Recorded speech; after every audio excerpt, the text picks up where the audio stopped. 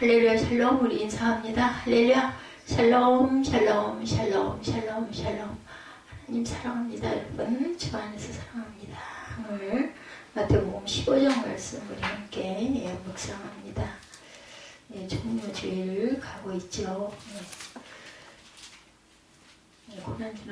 고난주간을 앞에 두고 마지막 종료, 마지막 맞춰진 고난주 10절에서 20절까지 말씀 중에서 예수께서 이르시되 너희도 아직까지 깨달음이 없느냐 하였을 때 오늘 제목이기도 하죠. 아직까지 깨달음이 없느냐.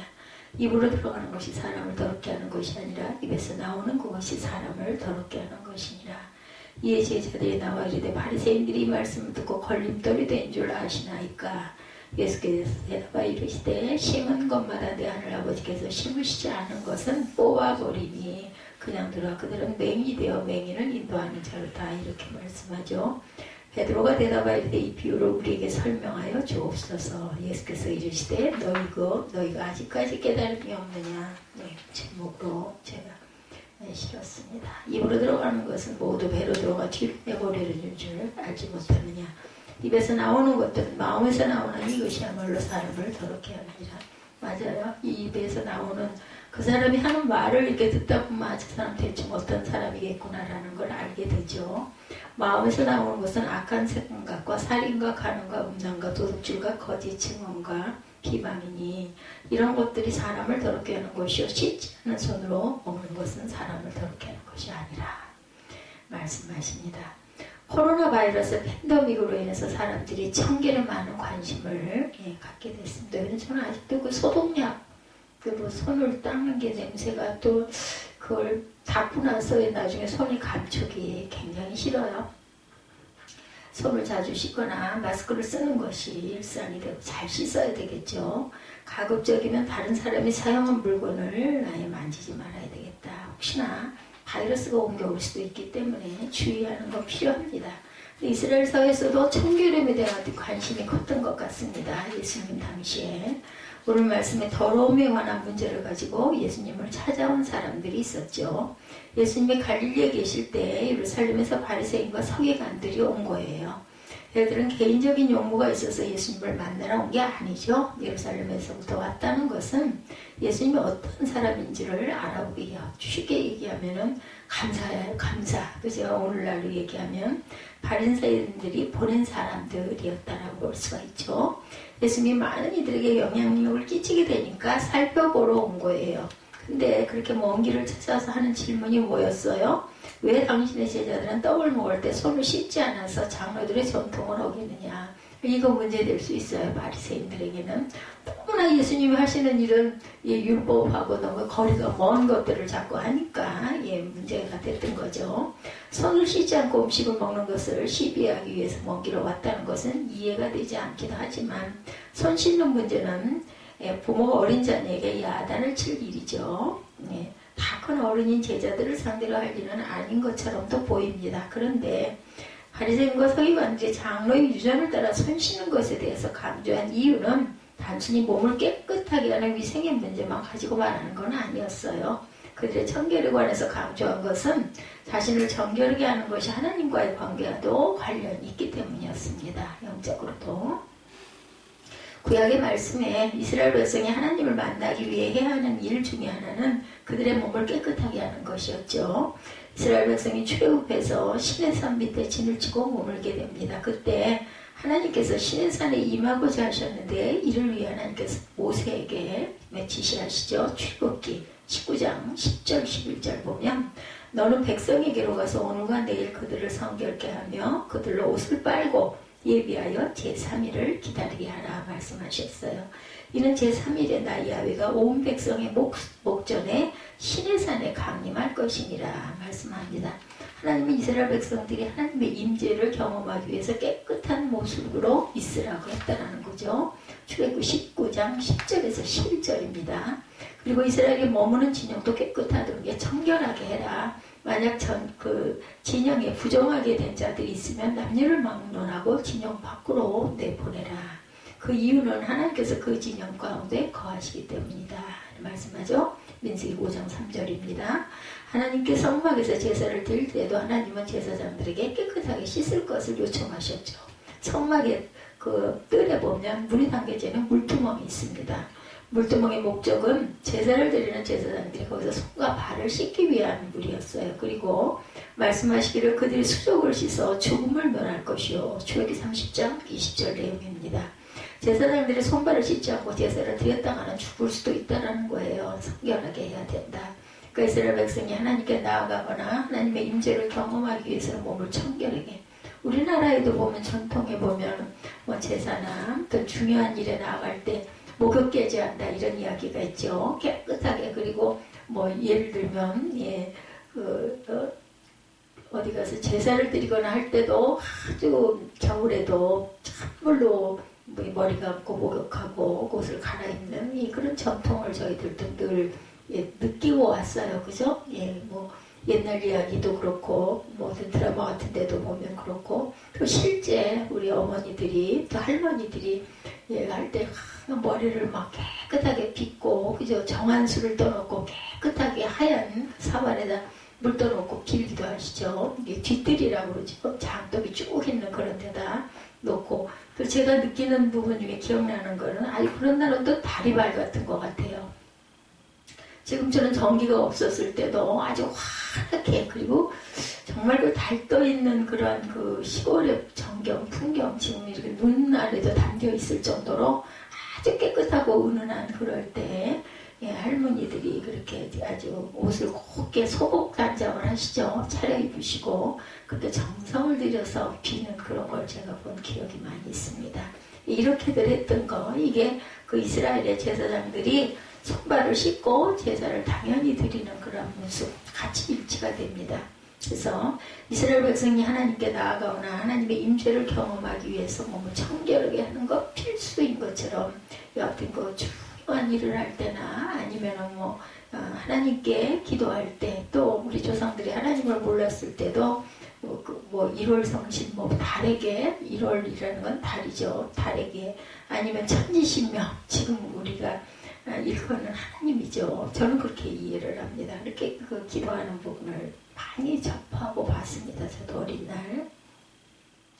이스라엘 백성이 하나님께 나아가거나 하나님의 임재를 경험하기 위해서 몸을 청결하게 하는 것이 필수. 근데 이것이 시간이 지나면서 확대가 됩니다.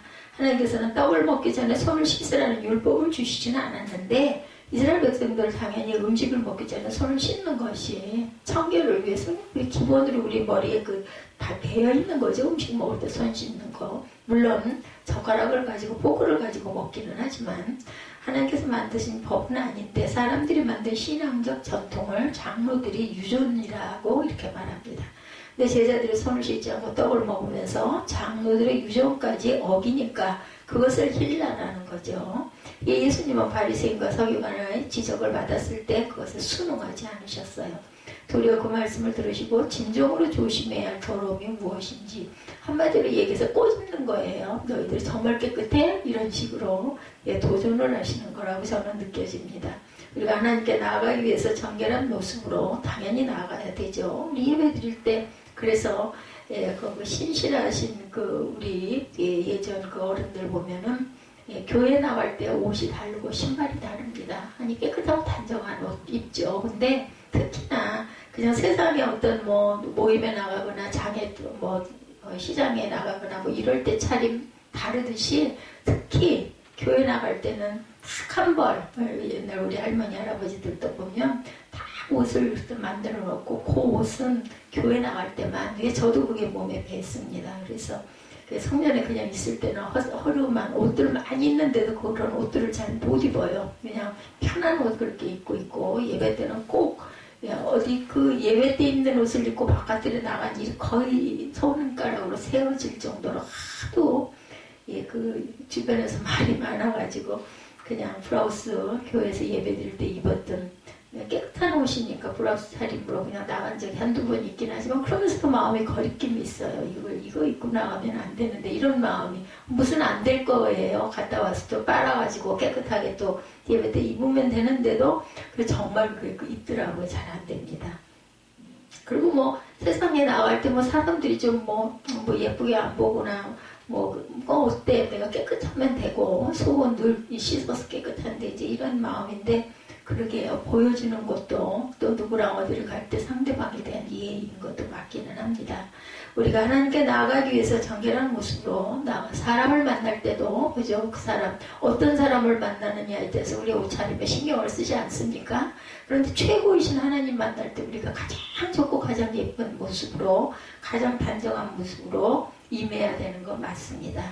자, 그래서 예수님은 바리새인과 서기관들이 지적을 받을 때 순응하지 않고 진정으로 조심해야 될 더러움이 무엇인지 가르치시는 분이에요. 예수님도 보면 그냥 안 넘어가십니다. 우리가 하나님께 나아가기 위해서 정결한 모습으로 나가야 되는 건 당연한 거죠. 그런데 때로는 무엇이 주님께서 원하는 깨끗함인지를 모르고 있어서는 안 된다라는 거예요. 겉모습만 깨끗해가지고 되는 건 아니죠. 진정 깨끗해야 될 건 우리 마음밭이긴 합니다. 오늘 말씀을 통해서 어떻게 주님께서 원하시는 깨끗한 모습으로 하나님께 나아가고 하나님이 거하시는 삶을 살아갈 수 있는지 우리 함께 묵상합니다. 바리새인들이나 서기관들이 예수님의 책망을 듣기는 하지만 그들은 정결한 삶을 추구했던 사람들, 그게 잘못된 것은 아닙니다. 그들은 율법을 지키고자 힘썼고 그것도 모자라서 장로들의 유전까지도 지키면서 경건의 삶을 살고자 힘을 썼어요. 이거 자체가 잘못된 건 아닙니다. 근데 이제 거기에 플러스 그리고 너희가 정말 이걸 알고 있느냐 예수님이 그냥 안 넘어가시고 더러움에 대해서 일침을 놓죠. 예수님은 그들에게 말하기를 너희는 어찌하여 너희 전통으로 하나님의 계명을 범하느냐 이렇게 말씀합니다. 그러면서 예를 드시죠. 하나님께서는 내 부모를 공경하라 하셨고 만약 부모를 비방하는 자녀가 있으면 반드시 죽음을 당하리라 하셨는데 너희는 부모님께 드려야 할 것을 하나님께 드림이 되었다 하기만 하면 그 부모를 공경할 것이 없다고 하지 않느냐. 이것이 장로들의 유전이라 고르반 들어보셨죠. 예를 들어서 부모에게는 안 해도 돼. 난 하나님께 드렸으니까. 이런 식으로 회피를 했다라는 거. 이거 아주 문제가 있는 부분입니다. 살아있는 부모를 공경하지 않으면서 어떻게 눈에 보이지 않는 하나님께 드린다 이렇게 생각을 하느냐는 거죠. 물론 하나님께 경건한 예물을 드려야 되는 게 맞습니다.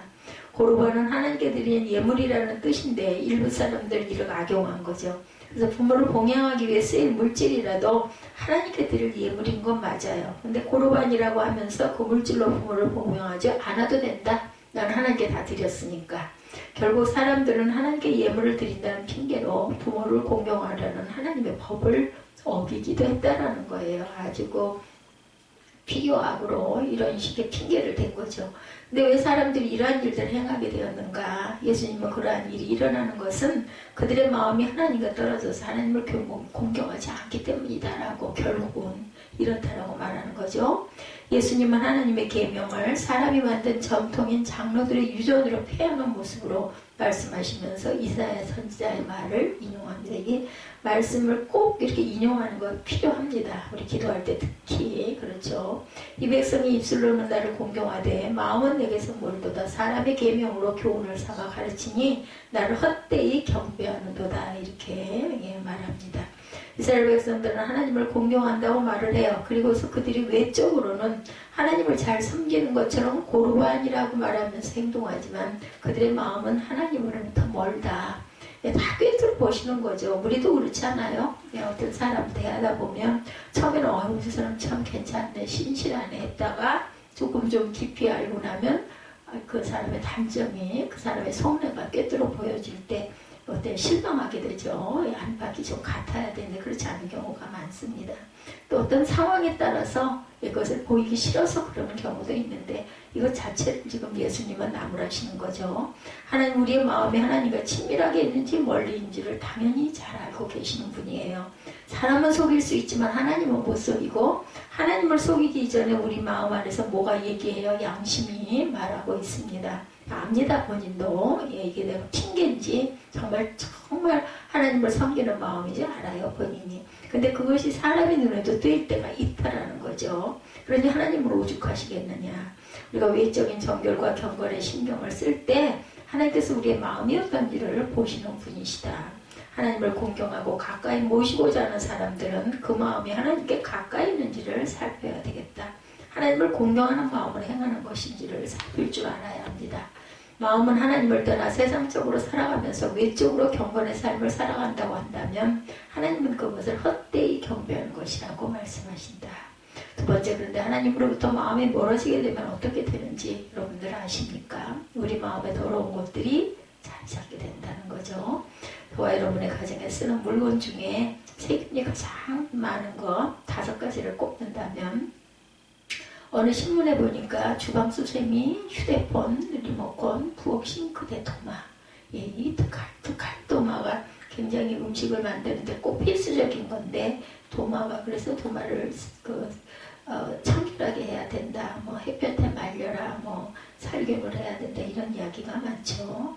예, 그리고 부엌 싱크대 당연히 지저분한 것들이 내려가는 곳이기 때문에 더 청결하게 해야 합니다. 리모컨 우리 손으로 항상 누르고 만지는 거죠. 휴대폰은 뭐 더 말할 나위도 없습니다. 주방 수세미 정말 이것도 닦는 것이기도 한데도 세균이 많다라는 거 잘 말려야 되는데 그렇게 못하고 지내죠.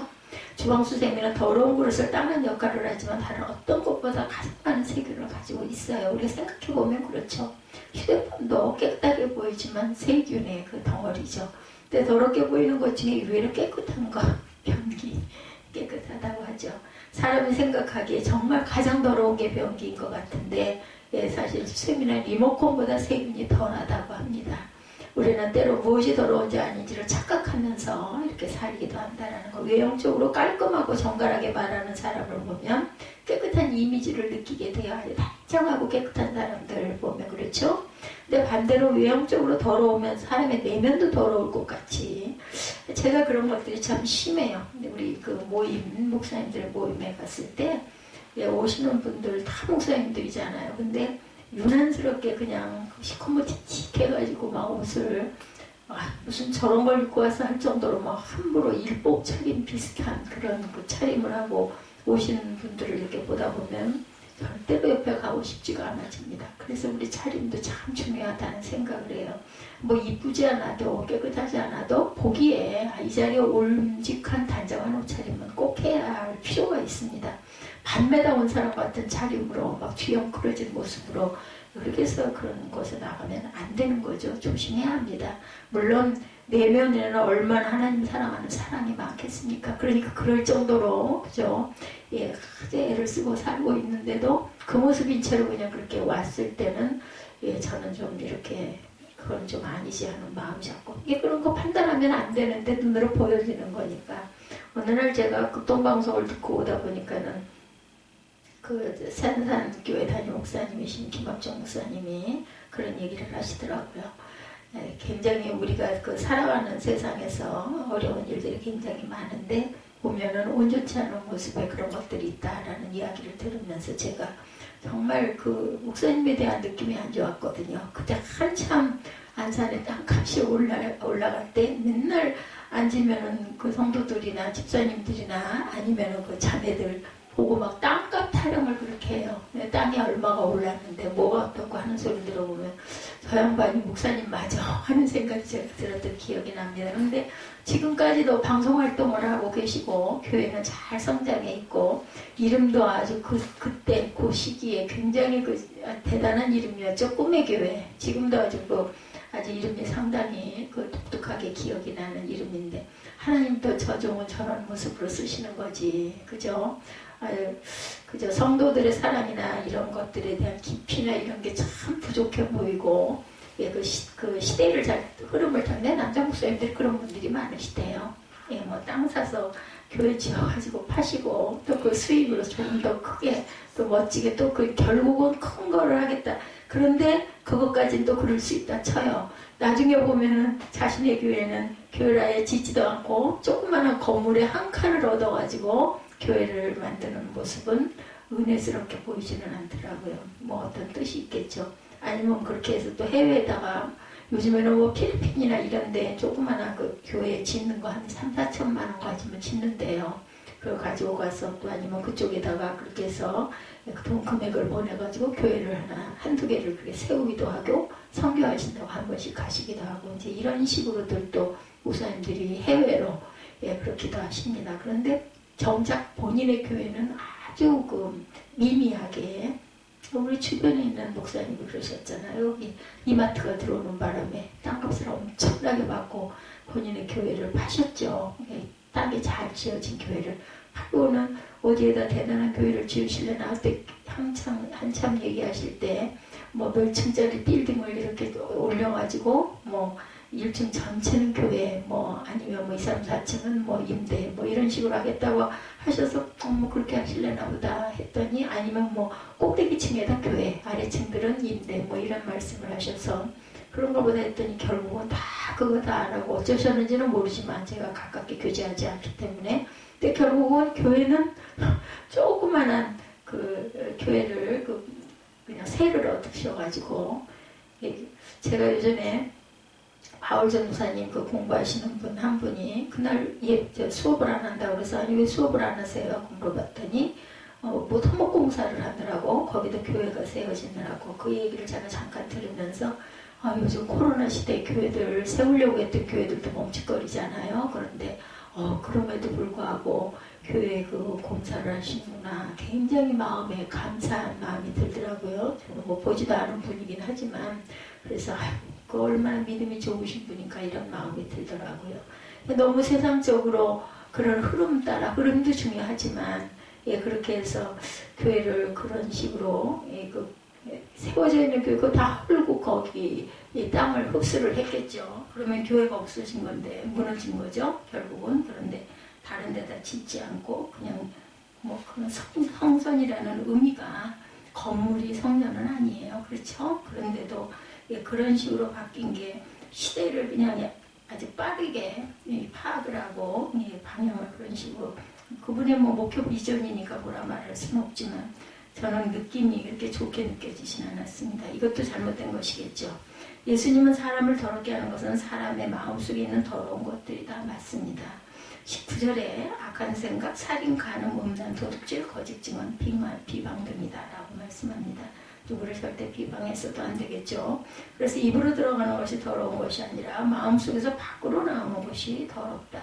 이런 목사님들은 이제 돈이 생기면 돈이 힘이 돼가지고 모임에도 가보면 아주 목소리가 크시죠. 또 오래되시기도 했고 교회가 세워진 지 오래되시니까 뭐 원로 쪽의 목사님 쪽으로 돼서 그런 것도 있는데 글쎄 그분이 물질적으로 풍요하지 않으면 그럴 수 있을까? 저는 이런 물음표가 생기더라고요. 항상 밝혀졌고 막 길게 많은 얘기를 하고 많은 것들을 간섭을 하시는 걸 제가 볼 때 좀 적당해야 되겠다라는 생각이 저도 이제 그런 쪽으로 들잖아요. 근데 뭐 저야 가면 그냥 가만히 앉아있다 오는데 보여주는 것들이 그렇게 보여줘서 온전치 않은 모습들이 딱 보여져요. 판단이 되고. 근데 그건 이제 마지막 판단은 하나님이 하실 일인 거죠. 뭐 우리가 뭐라 말하겠습니까? 입으로 들어가는 것이 더러운 것이 아니라 마음속에서 밖으로 나오는 것이 더럽다. 예수께서 보실 때 고르바를 외치는 사람들의 마음은 하나님을 공경해서 예물을 드리고자 하는 마음이 나온 것이 아니다. 그런 분들 있겠죠. 근데 아닌 분이 거의 다 또 그 전통을 그냥 아예 유행처럼 그냥 그러려니 로 따라가서 다들 그런 식으로. 그러면 그 부모님들 어떻게 그 나이 들어 힘없고 생활력 없는 그 양반들 어떡하냐고요. 그 안에 악한 생각, 도둑질의 마음이 발동하게 된 것이다. 제가 찬양 얘기를 종종 들으면서 와 요즘에 농촌이 많이 변했고 정말 희망적이구나 하는 생각. 연세가 많이 드신 분들 70대들이에요. 다 70, 80대들인 양반들이 전부 다 호미를 하나 이렇게 들고 다닌대요. 호미하고 조그마한 괭이 그렇게 팔 수 있는 거. 그러면서 그렇게 들러 나가가지고 나물들을 캐서 쑥, 뭐 순박이, 미나리 뭐 이런 것들을 해가지고 그것도 잘 돼 있더라고요. 그 농협 공판점이라는 곳이 있어서 거기 갖다 저울에 달아서 판대요. 그래서 그쪽에 계신 분들은 노인들이 그렇게 돈이 많으시대요.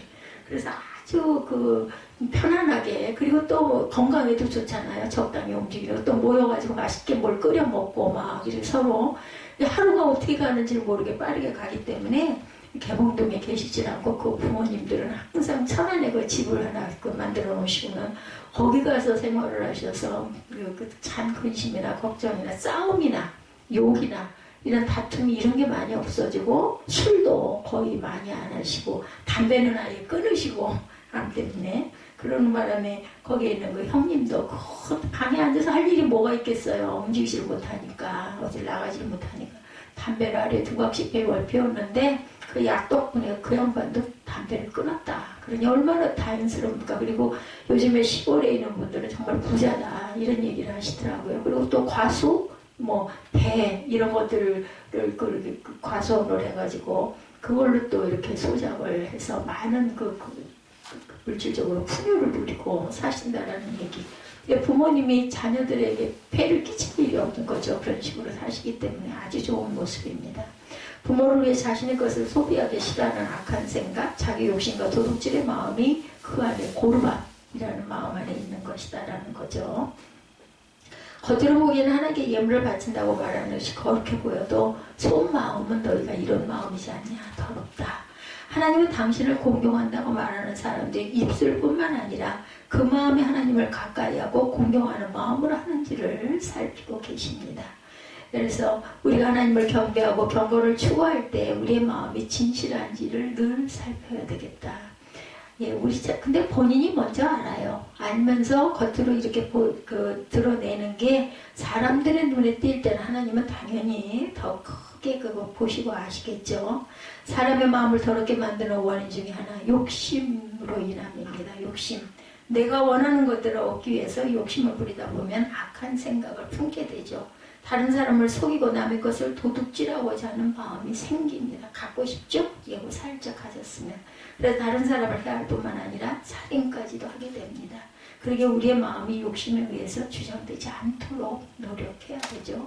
저는 이것이 아담과 하와 때부터 하나님께서 금하신 것을 따먹고 욕심을 부린 거죠. 결국 그래서 에덴 동산에서 추방을 당하고 원죄를 짓게 되는 것, 모든 게 다 욕심, 그것이 안목의 적용에서 온 것이기도 하죠. 그래서 다른 사람을 해할 뿐만 아니라 살인까지 하는 것, 그러게 우리의 마음이 욕심에 의해 주장되지 않도록 항상 우리 마음 자신을 살펴야 합니다. 그리고 나의 육신적인 즐거움에 빠지게 되면 또 더러운 일들을 하게 되죠. 자꾸 유혹이 옵니다.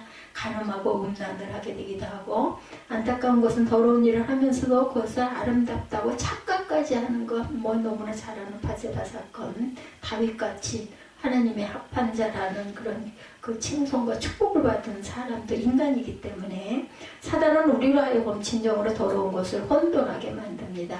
내로남불이라는 말이 있어요. 불륜을 남이 하면 불륜인데 내가 하면 로맨스다. 뭐 쉬운 얘기로 이런 얘기들이죠.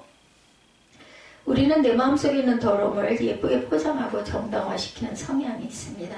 사람 스스로는 깨끗한 것과 더러운 것을 제대로 분별할 수가 없다. 잘 분별한다고 하면서도 사실은 어때요? 내 편이 되죠? 예, 나는 아주 그 후한 점수를 주고 변호를 하고 남의 것은 아주 극렬하게 비방을 하는 그런 분들.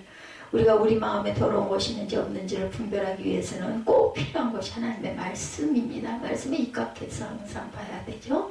잠언 30장 5절입니다. 하나님의 말씀은 다 순전하며 이렇게 말씀합니다. 하나님 말씀은 더러움이 없이 깨끗하죠. 우리 마음이 깨끗한지 아니한지 세상의 기준으로 분별할 수가 없어요. 이미 세상의 기준은 오염되었기 때문이죠. 하나님의 말씀만이 순전하고 우리의 순결함은 하나님 말씀을 기준으로 해야 되겠다. 그럴 때 우리 속의 더러움을 제대로 분별할 수가 있겠죠. 예, 내 생각이나 세상의 그 말에 기초한 깨끗함은 실제로 깨끗하지 않은 것들이라는 것. 우리 마음의 깨끗함은 하나님의 말씀을 통해서만 분별할 수가 있습니다. 세 번째, 그리고 우리의 더러운 부분이 있다고 한다면 우리는 마음의 더러운 것을 제거하고 마음을 깨끗하게 해야 되겠다.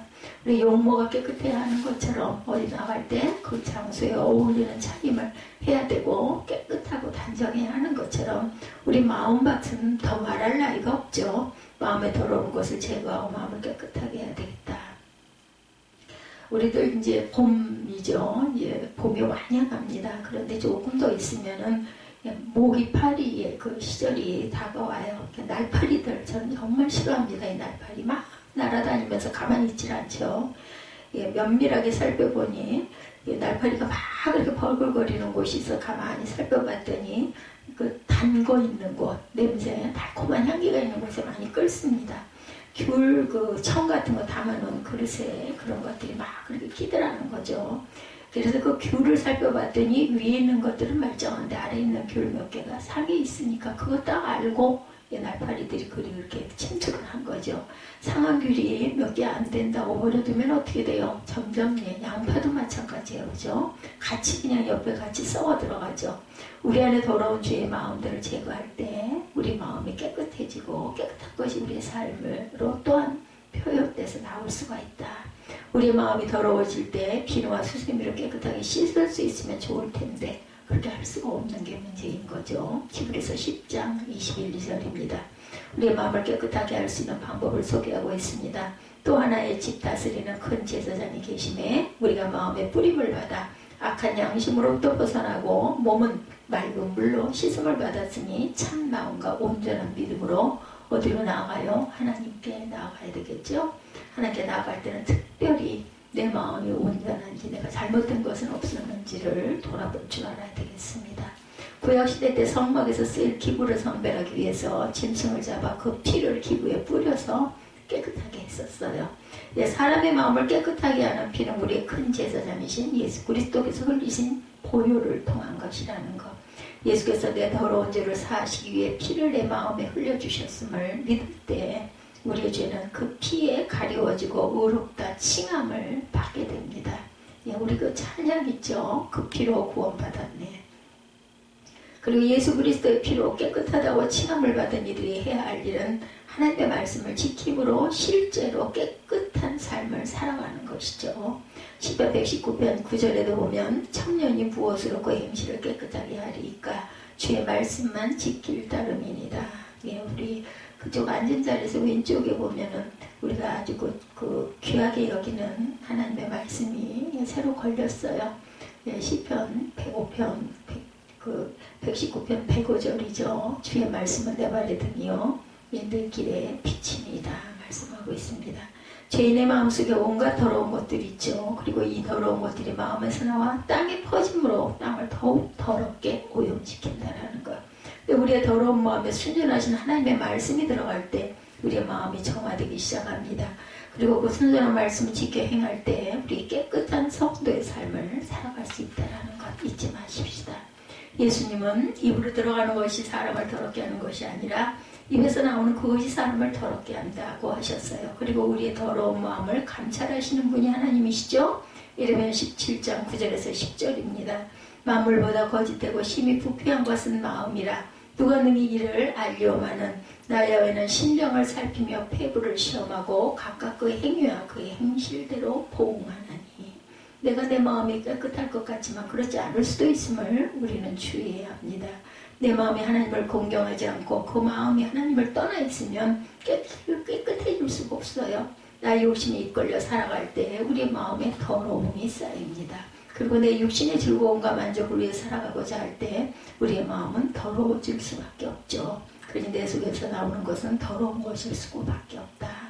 하나님은 성도들의 마음속에서 깨끗한 것이 걸려 나오기를 원하십니다. 걸러져서 겉으로 나오기를. 우리의 마음속에 그리스도의 보혈의 은혜를 간직하고 하나님을 향하는 감사와 찬양이 나오기를 원하시죠. 특별히 오늘같이 마지막 종려 주일 같은 경우에는 특히 더 그래야 되겠죠. 하나님의 순전하신 말씀을 마음에 두고 이를 행함으로 거룩한 삶이 우러나기를 원합니다. 간절히 원하기는 우리의 마음을 그리스도의 보혈과 말씀으로 깨끗하게 하심으로 깨끗함과 더러움에 혼돈된 이 땅에 진정한 정결을 드러내고 깨끗하신 하나님의 임재와 거하심을 경험하는 거룩한 성도들, 저와 여러분들이 되시기를 주님의 이름으로 축복합니다.